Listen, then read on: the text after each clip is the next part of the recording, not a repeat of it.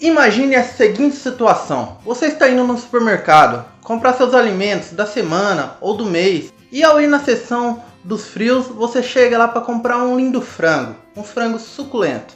De repente você olha para a vitrine e vê um frango gigantesco, enorme, e começa a pensar: como esse frango ficou desse tamanho? Será que tem coisa errada aí atrás?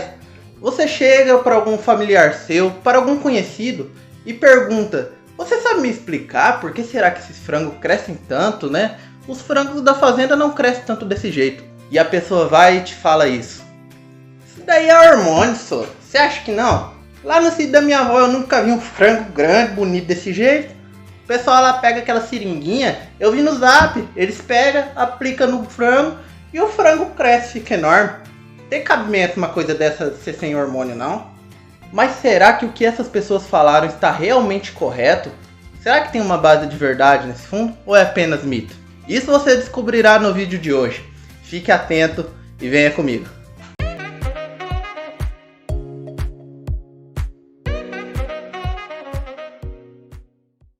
Primeiramente, para explicar para você como funciona a criação intensiva de frango de corte, eu preciso explicar como funciona as criações familiares. Geralmente as criações familiares são uma família que cria seu franguinho em um sítio, uma fazenda, algum lugar onde der para criar. E geralmente essas pessoas deixam os animais à vida livre, ciscando pelo terreiro, buscando seu próprio alimento. Em alguma das vezes as pessoas até tratam com uma certa ração não específica para aqueles animais.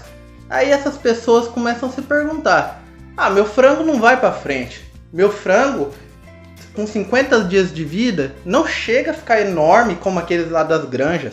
Esse pessoal da granja deve estar usando alguma coisa a mais aí para dar um up nesse frango, para que ele cresça tanto desse jeito. Só que não é bem assim. Realmente existe um cuidado maior com os animais das granjas. Só que esse cuidado não é em vão. Existe uma série de fatores por trás que faz com que esses animais tenham esse alto desempenho em comparação aos animais ditos como frango caipira, galinha caipira, que são os animais mais rústicos. A criação intensiva de frango de corte se baseia em 3 princípios. Um tripé, imagine dessa forma. Esse tripé é composto por genética, manejo e nutrição desses animais. Eu vou explicar para você cada um desses tópicos. Vamos falar primeiro de nutrição. A nutrição consiste em atingir os objetivos numa granja, que no nosso caso é o ganho de peso desses animais. Para que esse objetivo seja atingido, não basta somente dar a ração, oferecer a ração para esse animal. Precisa ser uma ração de qualidade, que atenda aos objetivos. As rações formuladas para atender a necessidade desses animais geralmente são avaliadas as necessidades que eles possuem, tanto como as proteínas necessárias, como os macro e microminerais. Alguns exemplos de macrominerais é magnésio, cálcio, fósforo, entre outros. E alguns outros exemplos de microminerais são zinco, cobre, iodo, entre outros vários microminerais que são necessários nessa dieta. Essa ração também deve ser específica para cada categoria de animal. Como assim categoria? Os animais, quando adentram a granja, são pintinhos para serem criados. E a nutrição de um pintinho e de um frango para pré-abate é totalmente diferente. As necessidades são diferentes, a distribuição desses animais no galpão é diferente, a forma que eles devem ser alimentados, os cuidados são totalmente diferentes. Então, devemos nos atentar a isso também, para que esses animais tenham uma alimentação mais adequada, de acordo com o estágio que ele está. Outra coisa também que devemos nos atentar bastante em relação à nutrição é em relação à qualidade dessa ração. Devemos sempre estar atentos para que essa ração seja da melhor qualidade possível. Para isso, devemos armazenar em locais corretos, tomar cuidado com roedores para que eles não contaminem essa ração e possa prejudicar o desempenho desses animais por uma eventual doença ou uma eventual contaminação. Vendo isso, sabemos que a nutrição é um dos tripés. Sem ela, o nosso tripé cai. Mas ela sozinha não faz o serviço completo. São necessários outros tripés. Um deles é a genética. Um exemplo bem clássico para se explicar como funciona o papel da genética no ganho de peso desses animais é compará-los a um carro. Esse carro você imagina que é um carro esportivo de última geração. Para que esse carro alcance o seu desempenho e chegue mais rápido ou que ele tenha o melhor desempenho que ele pode oferecer, é necessário uma gasolina de qualidade, né? Entretanto, se for um carro antigo, ultrapassado, de muitos anos de uso, não adianta você utilizar uma gasolina muito boa se esse carro não vai conseguir aproveitar o melhor dela. Comparando nessa analogia, a gasolina seria a nutrição, a ração, o alimento desse animal, e o carro seria o frango. Esses frangos, para ganhar esse peso todo em tão curto período de tempo, é necessário uma boa nutrição. Porém, se eles não tiverem uma boa genética, eles serão como aqueles carros ultrapassados. Não conseguirão aproveitar a melhor qualidade dessa ração. E assim não alcançará o desempenho que estamos esperando. Um dos métodos para que esses animais alcancem uma melhor genética, para que tenham um melhor aproveitamento, são as linhagens de melhoramento. No que consistem as linhagens de melhoramento? Vou explicar rapidamente. As linhagens de melhoramento consistem em várias etapas de criação desses animais. Vamos começar pelos melhoristas. O que são os melhoristas? São os criadores de frangos ou de galinhas que têm os animais de raça pura. Essas pessoas fazem com que esses animais se reproduzam cada vez mais. E assim escolhem os melhores entre eles, para assim eles revenderem ou até mesmo eles criarem. Na próxima etapa, ocorrem os multiplicadores. Essas pessoas pegam esses animais melhorados pelos melhoristas e multiplicam. Entre eles selecionam alguns animais com as categorias desejadas. Esses animais serão, geralmente fêmeas, serão matrizes, e essas matrizes serão direcionadas para duas vertentes diferentes. Alguma dessas matrizes que têm aptidão por botar ovos, com ovos de excelente qualidade, elas são direcionadas à área de galinhas poedeiras. Elas ponharão ovos. Esses ovos que elas ponharão serão ovos incubáveis. E esses ovos incubáveis nascerão as galinhas que serão as galinhas poedeiras. Outra vertente são as matrizes que ponharão ovos que gerarão os nossos frangos de corte, os nossos pintinhos, geralmente machos. Essas galinhas ponharão ovos, esses ovos serão chocados, nascerão os pintinhos, né? E esses pintinhos já terão uma genética adequada para o ganho de peso. Lembrando, tudo isso é muito mais complexo do que eu estou falando. Tem várias metodologias de seleção desses animais. E isso é muito bem estudado hoje em dia. E está evoluindo cada vez mais. Antes de serem selecionados e começar a seleção desses animais, nós temos que pensar no hábito que esses animais possuíam no seu ambiente primitivo, né? Vamos pensar que uma ave é presa na natureza, geralmente. Uma galinha seria uma presa na natureza. Aí eu pergunto, quais seriam as características que garantiriam a sobrevivência dela? Seria interessante um animal muito pesado, que não conseguisse se locomover facilmente, que necessitasse de altos índices de calorias para que ele pudesse se manter? Não seria interessante, né? Pois é, assim eram as galinhas rústicas de antigamente, as primitivas, os animais, os antecessores dessas galinhas, desses frangos. Eles possuíam uma rusticidade, geralmente suas canelas eram compridas, eram animais mais compactos, mais magros, por assim dizer. Porém, com o passar dos anos, com o pessoal começando a criar, com as pessoas começando a selecionar os melhores animais, foi ocorrendo uma evolução. E analisando a criação desses animais, desde o ano de 1957, que tem dados publicados, foi possível observar uma crescente evolução inacreditável na criação desses animais. Com a evolução da tecnologia, esses animais começaram a ter um desempenho cada vez maior com essa seleção.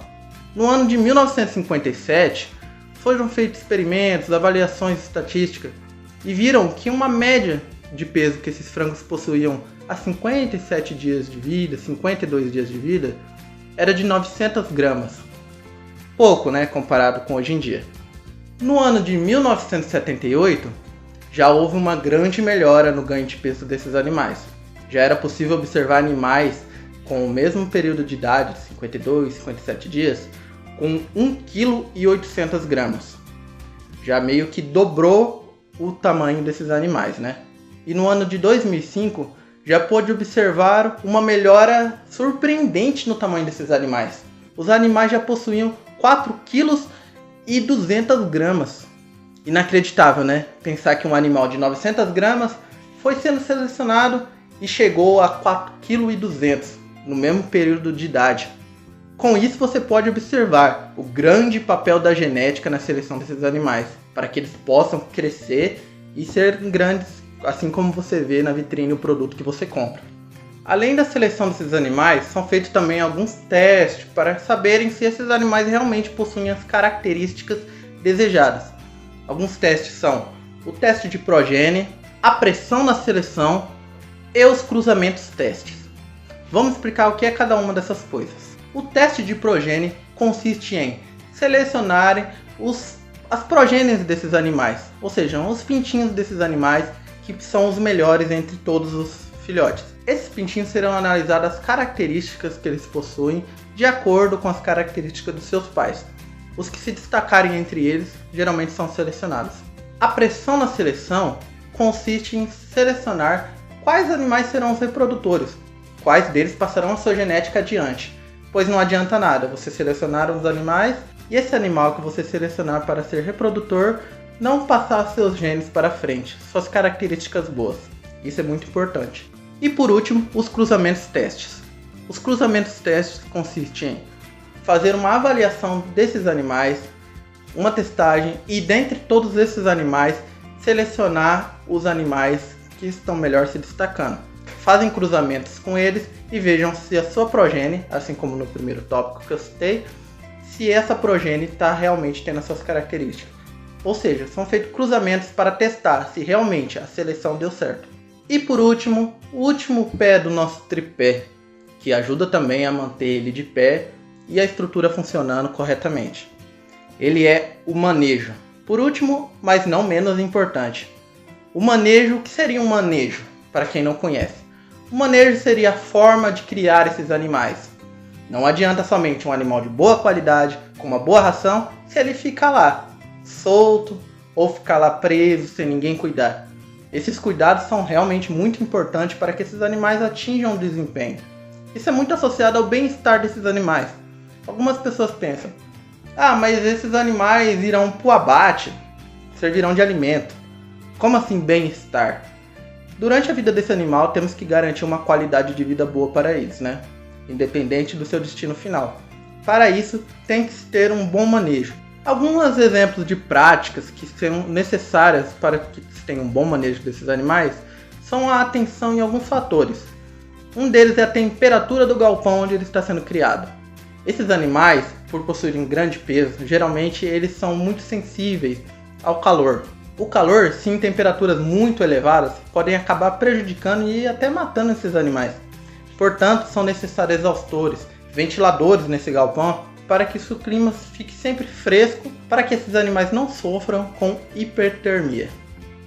Outra coisa que deve se atentar é a qualidade na iluminação desse galpão. Esse galpão, quanto mais tempo iluminado, mais ração esses animais vão consumindo, e o tempo de iluminação também é muito necessário para que esses animais possam possuir um tempo de descanso, de repouso e um tempo em que eles estarão se alimentando.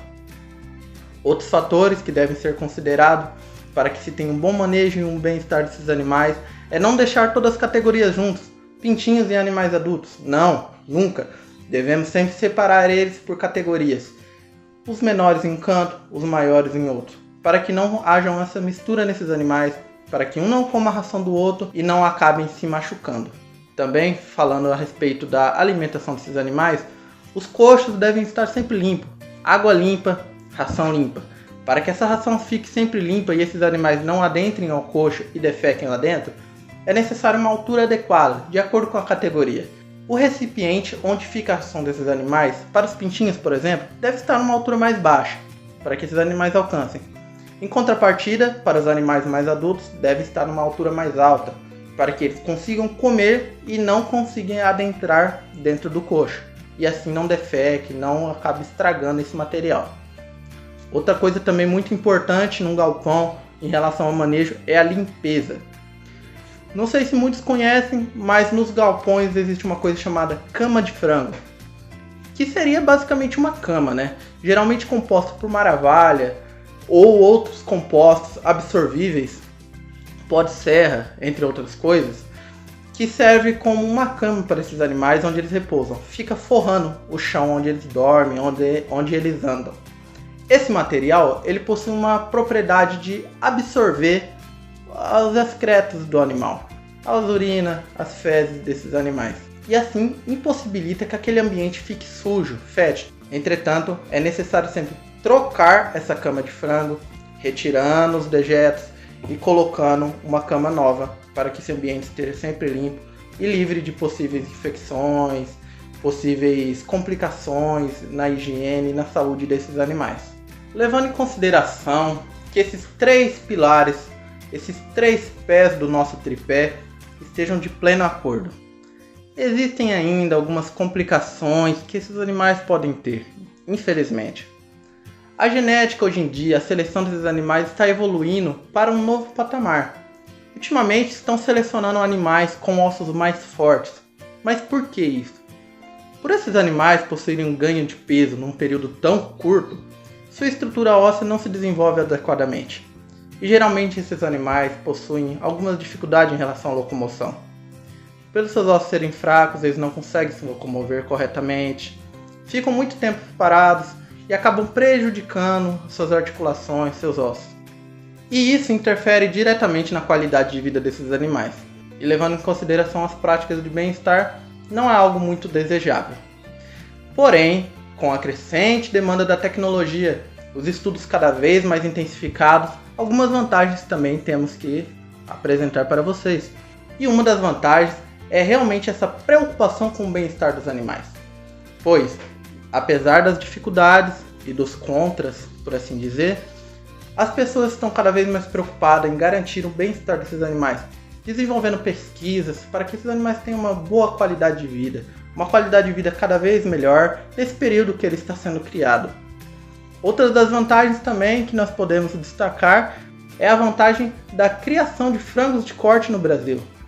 O Brasil é um dos grandes exportadores de frango de corte no mundo. E além disso, suprime muito bem o mercado interno brasileiro, alavancando cada vez mais a economia e trazendo grandes benefícios para o agronegócio e para a economia do Brasil como um todo.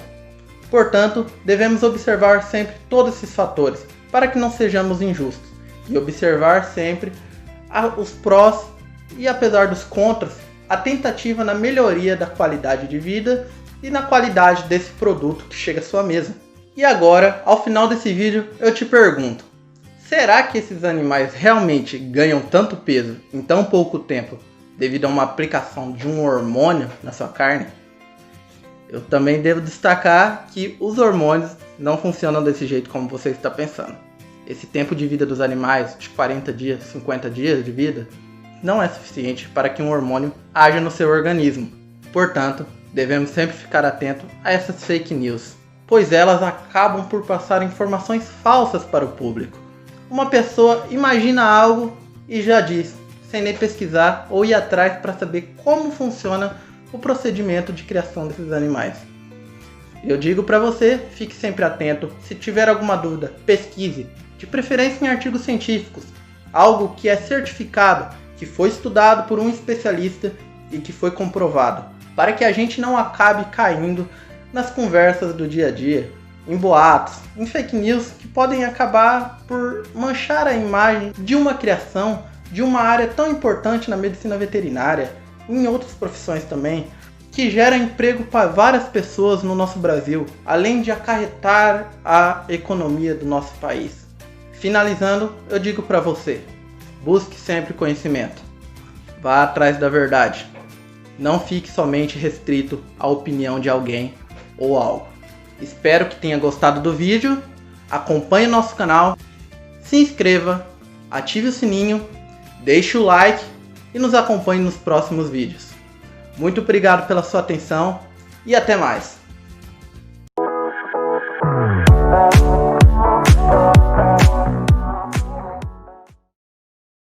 Agora tudo faz sentido porque esses frangos crescem desse jeito.